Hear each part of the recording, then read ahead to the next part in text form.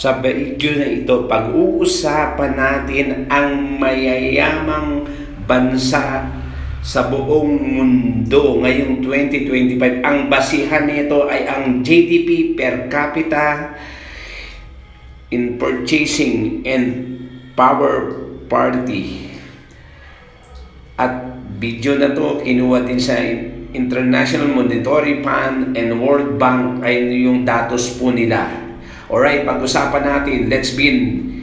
Sa number 5, ito ang Qatar. Grabe. Ang GDP nila per capita ay $115,875. Ang population nila is 3.1 billion.